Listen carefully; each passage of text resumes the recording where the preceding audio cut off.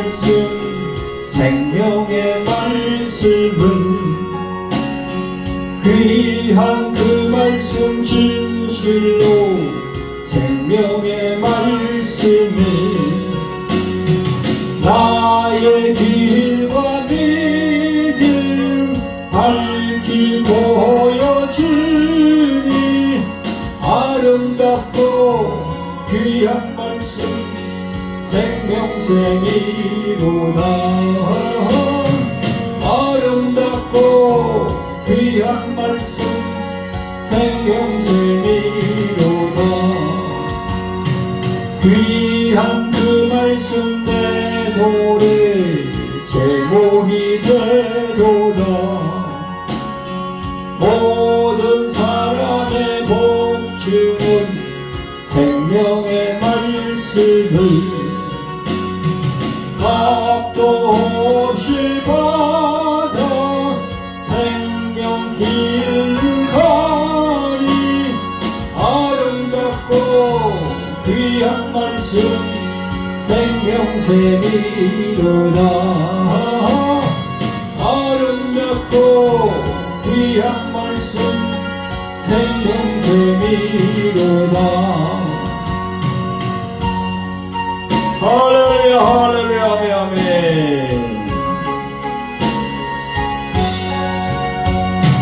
널리 울리고 퍼지는 생명의 말씀은 마음의 용서와 평안을 골고루 주냐니 나만 예수 말씀 들어 복을 받네.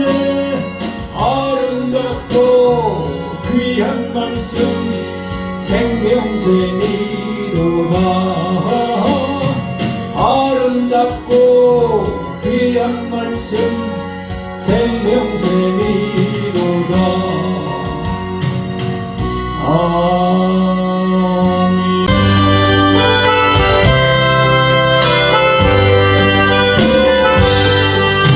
무엇보다도 더 많은 죄로 물든 이 마음 믿음보다 더디게 깨끗하게 씻겼네.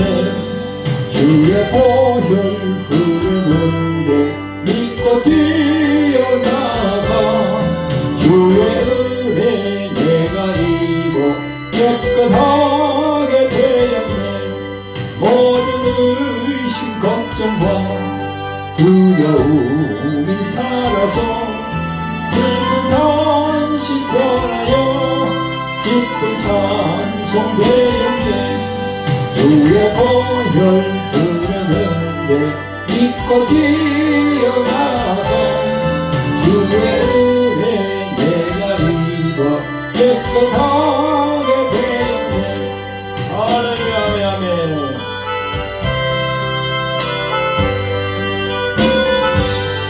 세상 우리 여호와와 즐겨하는 모든 것 주를 믿는 내게는 분도 만도 못하던 주의 보혈 흐르는데 믿고 뛰어나가 주의 은혜 내가 입어 깨끗하게 되었네.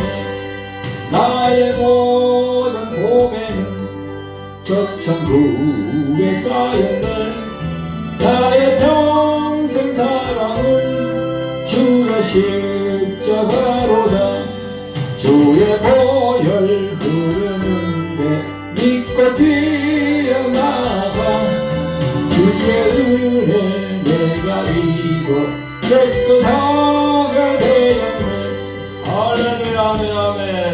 성도 여러분 구독자 여러분 반갑습니다. 오늘 도입한 하나님의 말씀은 레위기 20장 26절 27절 그리고 히브리서 6장 4절부터 6절까지 말씀이 되겠습니다. 오늘 전거 제목은 무속을 용인한 목사들 하나님께 섰고 되제하라 이렇게 정했습니다. 이 시간도 보혜사 성령께서 저의 입술을 주정하여 주셔서 진리의 말씀만 전할 수 있도록 인도해 주실 것을 믿으면서 하나님의 말씀을 전하기를 원합니다. 아멘. 자, 오늘 본문 하나님의 말씀을 보겠습니다. 먼저 레위기 20장 26절 27절입니다. 시작. 너희는 내게 거룩할지어다. 이는 나 여호와가 거룩하고 내가 또 너희로 나의 소유를 삼으려고 너희를 만민 중에서 구별하였음이라. 남자나 여자나 신접하거나 박수가 되거든 반드시 죽일지니 곧 돌로 그를 치라. 그 피가 자기에게로 돌아가리라. 아멘. 그것을 적어두시고 다음 본문을 봅니다. 히브리서 6장 4절 6절 되겠습니다. 신약성경 시작. 한 번 비춤을 얻고 하늘의 은사를 맛보고 성령에 참여한 바 되고 하나님의 선한 말씀과 내세의 능력을 맛보고 타락한 자들은 다시 새롭게 하여 회개할 수 없나니 이는 자기가 하나님의 아들을 다시 십자가에 못 박아 현저히 욕을 보입니다. 아멘. 사랑하는 성도 여러분, 오늘도 유튜브를 통해서 만나는 구독자 여러분 반갑습니다. 세월이 정말 빠릅니다. 2025년이 시작된 지도 어느덧 5개월이 흘렀습니다.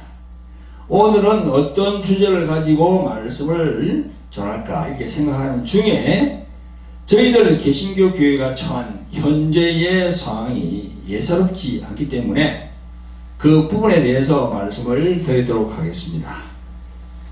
저희들 개신교 내부의 문제를 세상에 알리는 것이라 여러분들이 다소 불편하더라도 끝까지 경청해 주시면 감사드리겠습니다. 성도 여러분, 구독자 여러분, 오늘 말씀 증거가 뭡니까? 무속을 용인한 목사들 하나님께 섰고 되지하라 입니다. 왜 개신교 목사들이 무엇을 잘못했길래 하나님께 섰고 대제를 해야 하겠습니까? 그것은 많은 목사들과 교회 지도자급에 있는 자들이 하나님께서 제일 싫어하시고 경멸하시는 무속을 용인했기 때문입니다. 그것도 나라의 운명을 맡게 하는 국가 지도자를 뽑는 선거에서 제일 싫어하는 그런 무속, 그걸 용인했기 때문입니다. 이 말씀을 제가 여러분들에게 전하고자 합니다만은 참 그렇습니다. 말씀 전하기가 좀 그래요. 그러나 성령께서 이 말씀을 전하라고 저에게 강력하게 이렇게 주문하시기 때문에 말씀을 전하기로. 여러분, 오늘 이 제목의 용어가 석고대제가 들어있습니다. 이 석고대제의 사자성어를 먼저 말씀을 드리면 석고대제라는 것은요, 거적을 깔고 엎드려서 자신의 죄를 고백하면서 자신을 처벌해 달라고 하는 그런 말입니다. 즉, 이 석고대제를 해야 할 사람들은 우리 개신교 목사와 신자들입니다. 여러분, 전에 사극을 우리 보면은 그 신하가 그 임금 앞에서 엎드려서 임금에게 죄를 청하는 그런 게 있습니다. 밑에 거적을 깔고. 그걸 이제 석고대제라는데요. 자기 죄를 임금에게 이제 고하는 거죠. 이런 죄가 있으니 저를 처벌해 주십시오. 이렇게. 우리 임금은 누굽니까? 바로 하나님이시죠. 그리고 예수 그리스도. 그분이 우리의 왕이에요. 임금이에요. 하나님께 나아가서 죄를 청하는 거예요. 여러분, 국가 지도자를 뽑는 선거에서 이 대통령을 이 무속에 관련된 그런 아주 관련돼도 심하게 관련된 그런 대통령을 뽑았습니다. 그게 한 3년 전이죠. 그런데 그 대통령이 작년 2024년 12월 3일 날 비상계엄령으로 내란 사태를 촉발하고 국가의 정치, 경제, 사회적으로 대혼란과 이 전쟁의 위험까지 고조시킨 그런 사람입니다. 여러분, 세상 사람들은 몰라도 목사와 장로들과 그에 따른 교인들은 이 통에 자복하면서 그 사람을 뽑은 그 행위에 대한 하나님께 석고 대접을 해야 돼요. 저는 그렇게 생각합니다. 저는 지금으로부터 3년 3개월 전에 3월 9일에 제21대 대통령 선거가 있었는데요. 저는 2022년 1월 30일 설날 설교에서 이런 제목으로 말씀드린 바가 있습니다. 무속의 나라의 운명을 맡기라, 이런 제목으로 말씀을 전한 바가 있어요. 그때 대통령 후보 중에 말들이 많은 후보가 있었는데 그 윤석열이라는 그런 후보였습니다. 그는 TV 토론에 나오면서 손에 왕자를 젓고 나와서 보란듯이 말하는 것을 보고, 아, 이 사람은 절대 뽑아서는 안 되겠구나, 까딱 잘못하다가는 나라를 망하게 하겠구나, 그렇게 생각이 들었습니다. 그래서 저와 우리 사모님은 참 걱정이 많았어요. 이 사람을 뽑으면 안 될 텐데. 만나는 목사님들과 만나는 신자들에게도 그건 다 그런 얘기였습니다.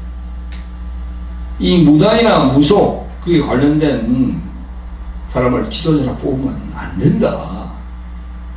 하나님께서 제일 싫어하고 경멸하는 그런 무속, 뭐 점술, 뭐 법사, 그런 거하고 관련된 지도자를 뽑으면 나라가 망한다, 그랬습니다. 그런데 개신교에 소속된 목사들의 생각을 들어보니까 너무나도 저희들과는 동떨어진 생각을 하고 있었어요. 하나님에 대한 신앙은 온당한 데 없고 오로지 정치 지형과 이념에 종속되어서 영의 눈이 어두워서 다 그 사람을 찍었습니다. 제가 그때 보니까 한 80%가 다 그렇게 한 것 같아요. 그 결과 어떻게 됐습니까? 국가 운영은 파탄이 났고 경제는 폭망했으며 정치는 실종되었고 그 결과 대통령 탄핵 인용이라는 사상 초유의 일이 벌어진 겁니다. 여러분, 우리들 기독교 교인들도 사회의 한 구성원이기 때문에 정치, 사회, 경제 이런 부분을 등한시할 수 없습니다. 그래서 특히 선거철이 되면 자신의 고유의 선거 참정권을 행사합니다. 그래서 투표를 하죠. 자신의 성향대로 뭐 보수면 보수, 진보면 진보, 뭐 자의면 자의, 우위면 우위, 자신이 결정해서 행사합니다. 그러나 여러분, 우리들 기독교 신자들은 무엇을 중시해야 합니까? 무엇을 지켜야 합니까? 그것이 바로 신앙 양심입니다. 우리의 신앙 양심이 무엇입니까? 바로 십계명이에요. 나라의 일꾼, 정치 지도자를 택할 때는 이 부분을 보아야 됩니다. 물론 그 사람이 불신자일 경우는 하나님의 계명 중에서 무엇을 보아야 합니까? 불신자는 예수님을 믿지 않고 하나님을 인정 안 합니다. 그렇지만 우리가 봐야 될 게 있어요. 그게 바로 제2계명 우상 부분입니다. 너를 위하여 새긴 우상을 만들지 말고 또 위로 하늘에 있는 것이나 아래로 땅에 있는 것이나 땅 아래 물속에 있는 것들의 아무 형상이든지 만들지 말며 그것들에게 절하지 말며 그것들을 섬기지 말라. 이 우상 숭배예요. 이 우상 숭배는요, 무속, 점술, 법사, 술사 이런 사람들과 깊은 관련이 있습니다. 여러분, 어떤 나라든지 정치에 무속이 개입되면 그 나라는 망국의 길로 들어서게 되는 겁니다. 여러분, 우리나라의 경우 옛 고려 말기 신론이라는 성조 때문에 나라가 망했고, 또 조선 말기의 민비는 무령군이라는 그런 무당을 가까이 하다가 나라가 망했습니다. 또 19세기 제정 러시아 말기의 신령술사 라스푸틴으로 인해서 제정 러시아가 망하는 것을 우리는 알고 있습니다. 여러분, 특히 이 방송을 보는 목사, 장로, 중직자 여러분들은 잘 들으세요. 보수이든 진보이든 그 정부의 관료들, 그런 관료들이 무속과 주술에 관련되면요, 정상적으로 국민을 위한 정치를 할 수 없습니다. 여러분, 정치라는 것이 무슨 의미입니까? 이 정자는 정사정자예요. 그리고 치자는 다스릴 치자입니다. 그래서 정치라는 말은 사전적으로 보면 통치자나 정치가가 사회 구성원들의 다양한 이해관계를 조정하거나 통제하고 국가의 정책과 목적을 실현시키는 일이라고 이렇게 나와 있습니다. 원래 정치란 것은요, 나라를 구성하고 있는 국민의 뜻에 맞추어 물 흐르듯이 흘러가야 하는 것이 바로 정치입니다. 그것을 막으면 안 됩니다. 그래서 공산주의 국가나 독재 국가에서는 국민을 위한 정치가 없어요. 여러분이 다 알고 계시잖아요. 여러분, 구약 성경 아모스 5장에 보면 여호와의 날을 사모하는 자들에 관한 말씀이 나옵니다. 18절에 화 있을진저 여호와의 날을 사모하는 자여 너희가 어찌하여 여호와의 날을 사모하느냐 라고 하시면서 하나님께서 질책을 하십니다. 그러면서 24절에 가니까 이렇게 말씀합니다. 오직 공법은 물같이 정의를 하수같이 흘릴지로다, 이렇게 말씀합니다. 이 말씀에서 공법이 나오잖아요. 그건 공의입니다. 공의는 물같이, 그리고 정의는 하수같이 막힘이 없어서 흘러가야 된다는 겁니다. 우리가 살고 있는 이 땅이 강과 하천이 있는 것 다 보시죠, 그죠? 그 흘러가는 물이 막히면 어떻게 됩니까? 안 돼요. 모든 게 다 어그러집니다. 몇십 년 전 4대강 사업을 한다고 물을 다 막았잖아요. 그 강가에다가 뭐 시멘트를 이렇게 하고, 그것도 뭐 기독교 대통령이라는 사람이 그렇게 했지요. 지혜가 없어요. 그 이명박인가? 그 사람 얘기죠. 그 사람이 참 대통령 그 자리, 저런 기회가 왔는데, 정말 하나님께 영광 돌릴 그런 기회가 왔는데, 이 머리가 우둔하다 보니까 강이 다 녹조 때문에 다 썩어버렸습니다. 돈은 돈대로 뭐 2조 3조 들었다 하더라고요. 그렇습니다. 문을 막으면 물은 썩어서 녹조가 생겨서 죽은 물이 됩니다. 우리들 가정의 하수도 마찬가지고, 나라를 경영하는 정치도 이와 같습니다. 성도 여러분, 이렇게 하나님의 법에 의한 정치가 바로 자유가 보장된 민주주의인데, 국가의 최고 지도자나 그리고 그를 둘러싼 집권층의 무리들이 무속이나 주술이나 점술에 빠져 있으면 어떻게 되겠습니까? 나라가 망합니다. 나라가 망해요.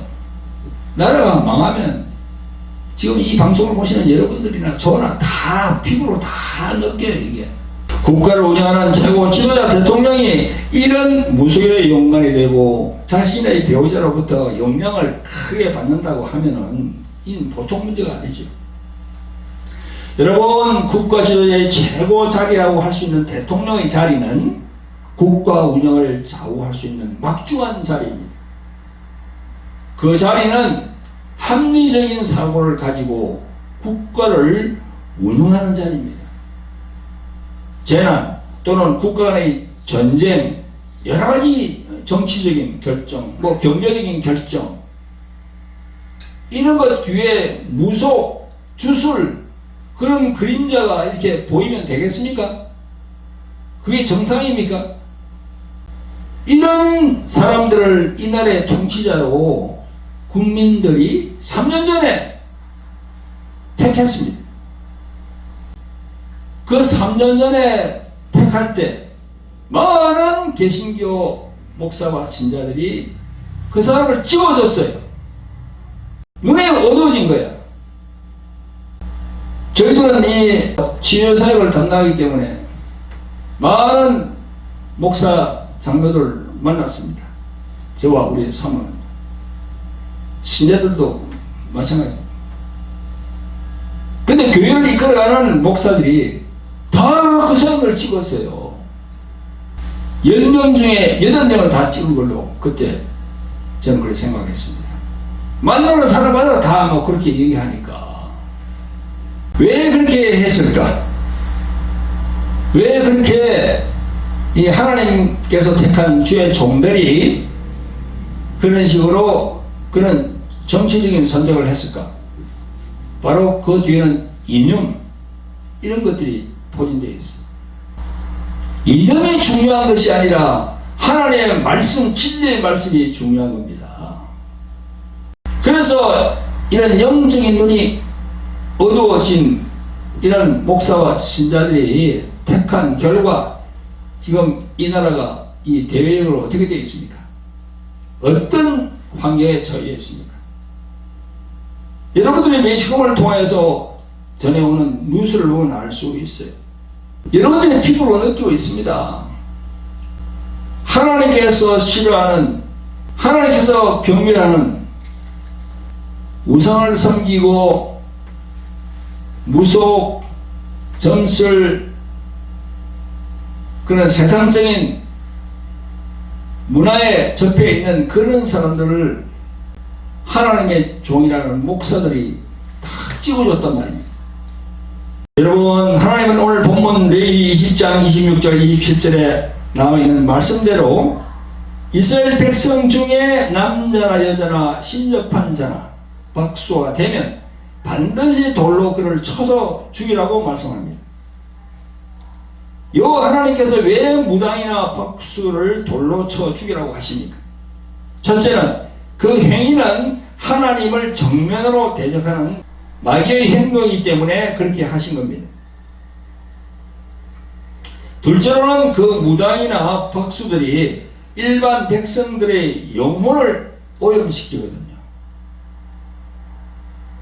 그리고 셋째로는 인간의 영혼뿐만 아니라 정신, 육체에 이르기까지 오염시켜서 분별을 못하게 하기 때문에 그래서 하나님을 떠나게 하는 거예요. 그래서 단호하게 그런 조치를 하라고 구약성경에 그렇게 기록이 되어 있는 겁니다.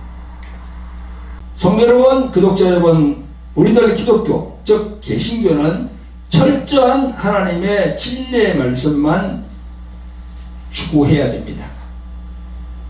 무속을 배격해야 돼요. 무속이 어떤 의미입니까? 그게 무자가 무당 무자예요. 속자는 무슨 자입니까? 풍속할 땐 속자입니다. 영어로는 그걸 갖다가 샤머니즘이라고 그래요. 샤머니즘. 무당이라고 하면 여자가 신을 접한 사람을 말하고, 박수는 남자가 신을 접한 사람을 박수라고 합니다. 그리고 만신 무당이라는 말 많이 들어봤죠? 만신. 여기 지나다 보면은 무당집 앞에 그게 만신이라고 이렇게 적혀 있어요. 만신은 뭐냐? 무당 중에서 최고 높은 무당. 그리고 또 만 가지 신, 많은 신을 이렇게 신이 들려있는 그런 사람을 만신무당이라고 합니다.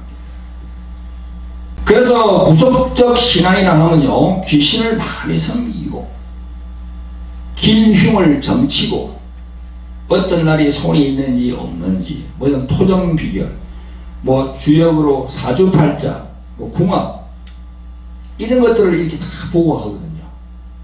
그래야 완전 세속적이죠. 그래야 지금 다 매스컴에 밝혀지잖아요. 여러분, 사도 바울은 에베소서 2장 2절 3절에서 이렇게 말씀합니다. 그때 너희가 그 가운데서 행하여 이 세상 풍속을 쫓고 공중의 권세 잡은 자를 따랐으니 곧 지금 불순종의 아들들 가운데서 역사하는 영이라.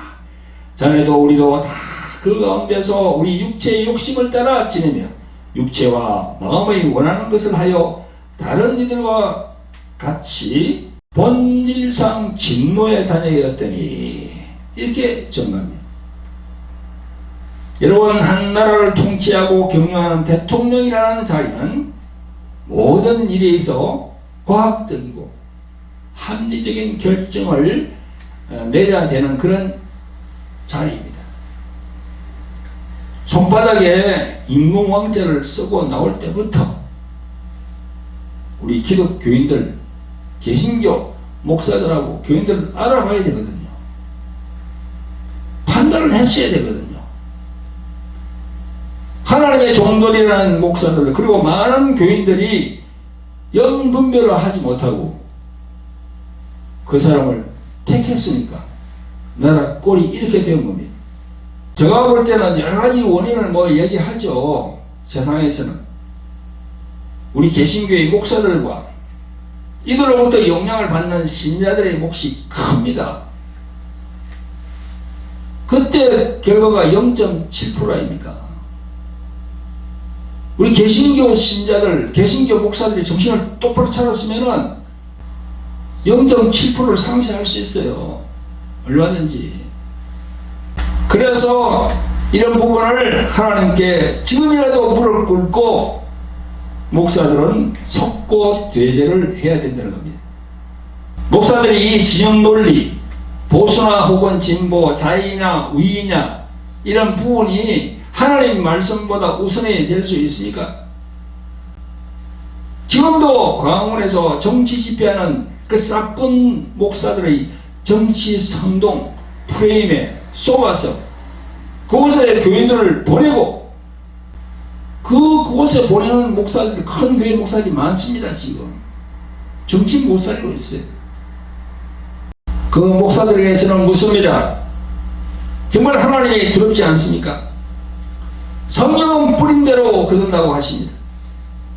정말 속고죄죄하고 하나님께 나아가야 됩니다. 오늘 본문 히브리서 6장 4절 6절 이 말씀을 참고해 봐야 됩니다. 한번 비침을 얻고 하늘의 은사를 맛보고 성령에 참여한 바 되고 하나님의 선한 말씀과 내세의 능력을 맛보고 타락한 자들은 다시 새롭게 하여 회개할 수 없나니 이는 자기가 하나님의 아들을 다시 십자가에 못 박아 현재의 욕을 보입니다. 이렇게 말씀합니다. 지금 저희 개신교의 위상을 정말 바닥까지 추락시키면서 정치적인 목적을 두고 행하는 정치 목사들은요, 조금 전에 읽었던 이 말씀에 있는 대로 타락한 자들입니다. 이들은 다시 새롭게 하여서 회개할 수 없는 처지에 이른 겁니다. 회개가 안 돼요, 저 사람들. 여기 말씀에 나오는 대로 하나님 아들 예수님을 다시 십자가에 못 박지 않는 한 안 된다고 했어요. 불가능한 일입니다. 2000년 전에 오셨던 예수께서 다시 십자가에 올라가는 것은 불가능한 일이에요. 불가능하다고 지금 말씀하고 있는 거예요. 지금 성경 말씀은. 그러니 회개가 안 된다는 겁니다. 조금 전에 나온 에베소서 2장 2절의 말씀, 이 세상 풍속을 쫓고 공중의 권세 잡은 자를 따랐으니 곧 지금 불순종의 아들들 가운데서 역사하는 영이라. 지금 불순종의 아들들 가운데서 역사하는 영. 지금 하나님의 말씀에 불순종하면서 저렇게 강화문이나 어디 나가가지고 난리치는 그런 목사들, 그 가운데 무엇이 있다고요? 공중의 권세 잡은 자들이 있단 말이에요. 공중의 권세 잡은 자들. 그게 사람입니까? 사탄입니다. 사탄. 눈에 안 보이는 사탄 혹은 마귀, 그들을 다 잡고 있는 거지. 개신교의 이런 현상은 공중의 권세 잡은 자가 그들을 하나님의 말씀에 불순종하도록 지금 역사하고 있는 겁니다. 그래서 정말 극으로 바뀌어서 이 극우 개신교는요, 개신교를 할 수 없습니다. 여러분, 교회는 그리스도의 몸이고 교회의 머리는 예수 그리스도이신데, 이 광화문에서 정치 집단화되어 있는 저런 교회는 더 이상 교회일 수가 없습니다. 또한 하나님의 영이시고 예수 그리스도의 영이신 성령께서 함께 하시지 않습니다. 따라서 기도의 응답을 바랄 수가 없는 거예요.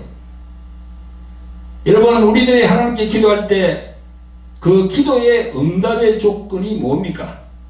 바로 하나님 말씀에 순종하는 거야. 하나님 말씀에 순종할 때 응답이 내려옵니다. 그 말씀은 예수님의 말씀에서 찾을 수 있어요. 무엇에 순종하는가? 예수님이 뭐라고 했습니까? 우리들에게 너희는 세상의 빛과 소금이 되라.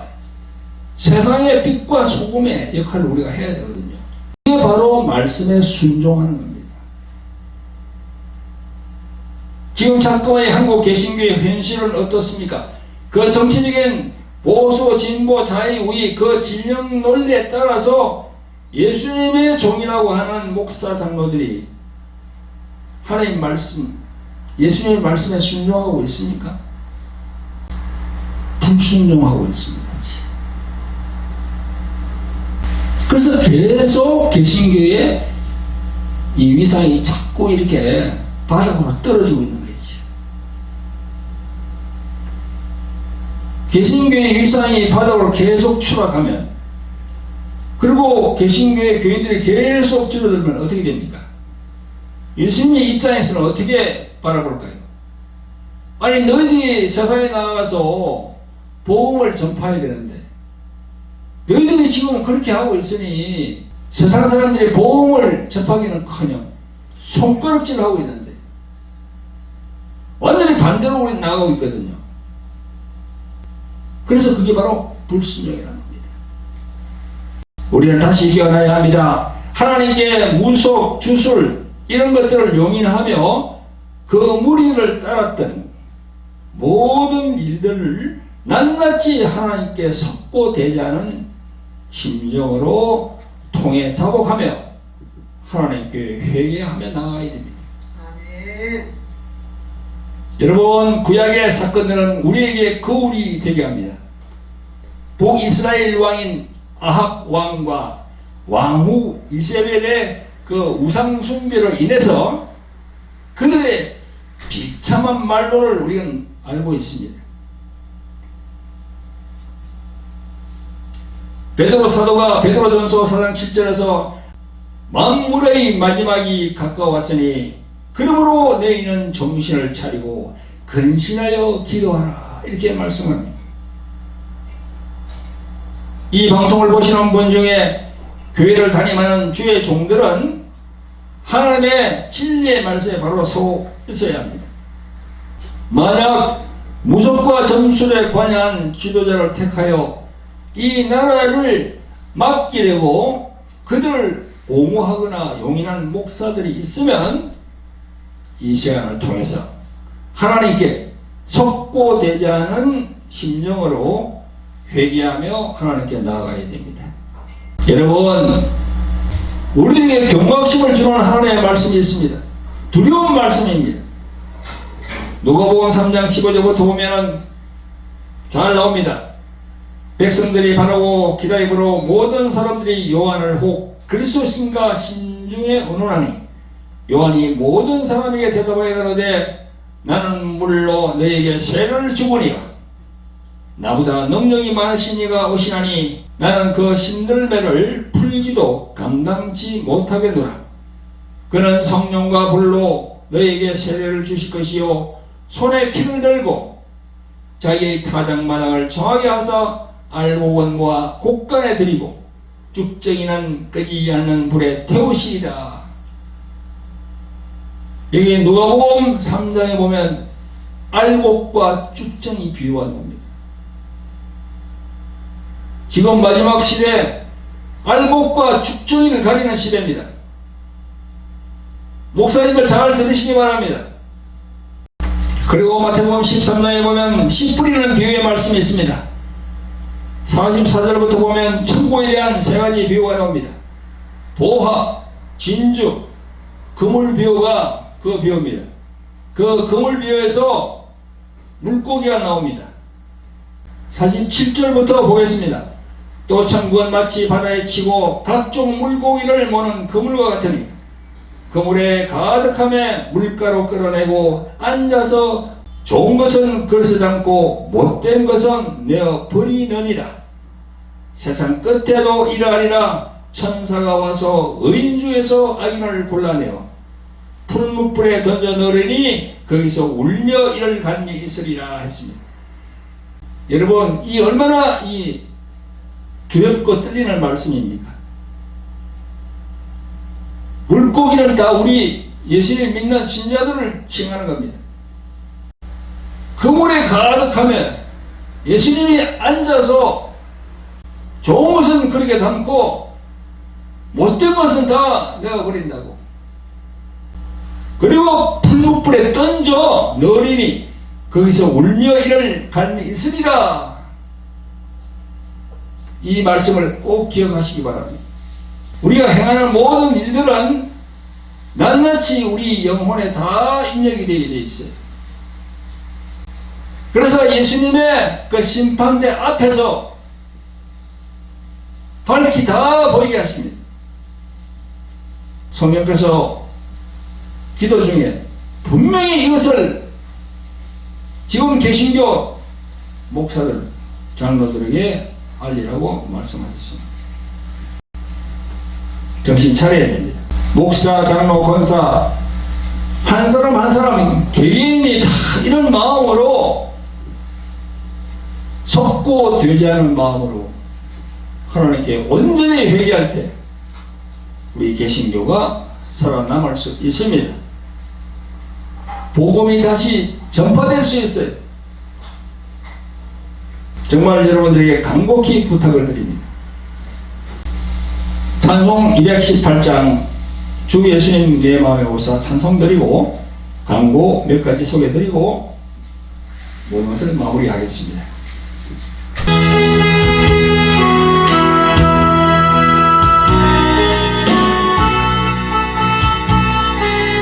영광 올라와 주시옵소서.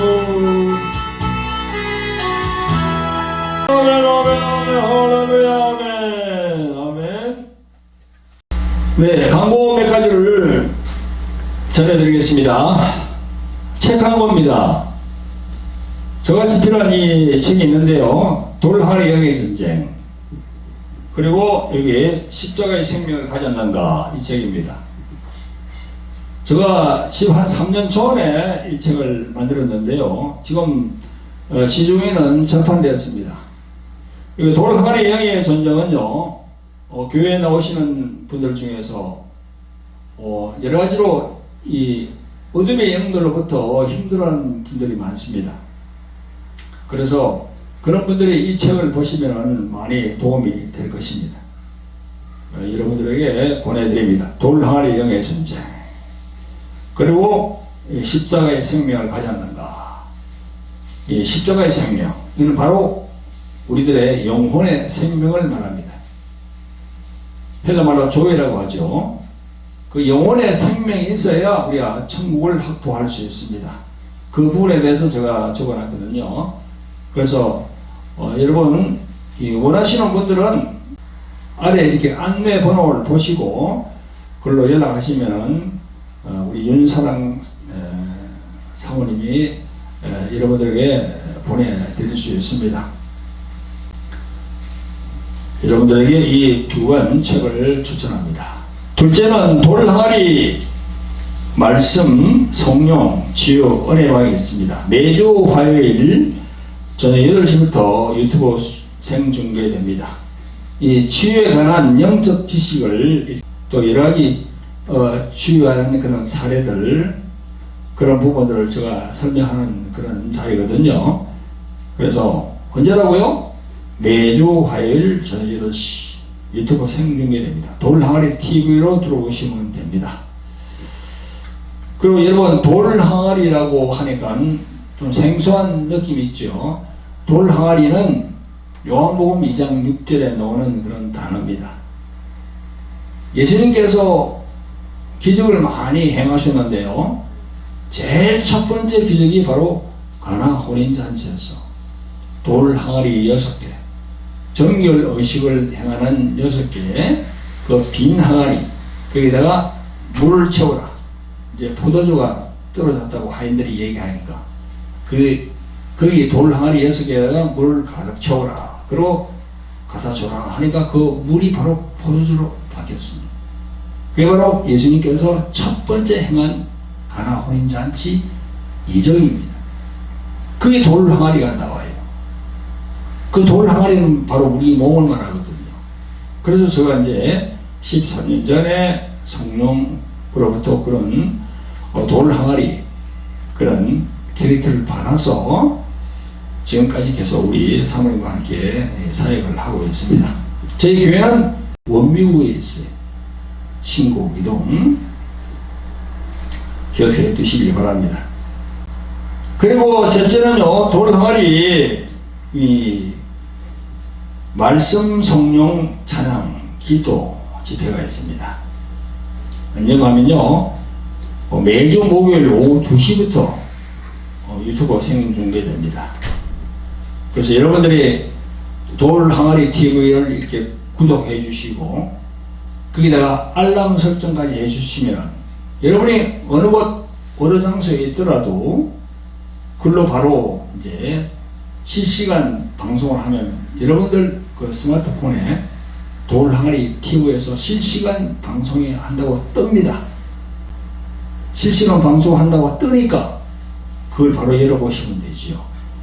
바쁘시지 않으면 그걸 열어보시고, 또 오늘 바쁘시면은 이제 지난 다음에 녹화된 걸 또 보시면 되니까요. 그래서 알람 설정해 주시면 편리하게 보실 수 있습니다. 그리고 마지막 안내입니다. 저희들이 동남아 선교를 하고 있거든요. 선교는 예수님의 지상 명령입니다. 얘는 천하에 있는 만민에게 복음을 전해라 했습니다. 그 복음이 뭡니까? 바로 예수 그리스도, 그분을 전해야 되는 거예요. 오대양 6대주를 다니면서 예수 그리스도 그분을 우리는 전해야 됩니다. 그분을 믿어야 천국을 갈 수 있다. 그러면서 천국과 지옥에 대한 이 성경적인 말씀도 전하고, 그래서 우리는 복음을 전해야 돼요. 그렇게 하기 위해서는 물질이 필요합니다. 작년 9월달에 우리가 캄보디아를 다녀왔는데, 캄보디아는 1700만인가요? 그 인구 중에서 0.25%예요. 1%도 되지 않습니다. 기독교 교인들이.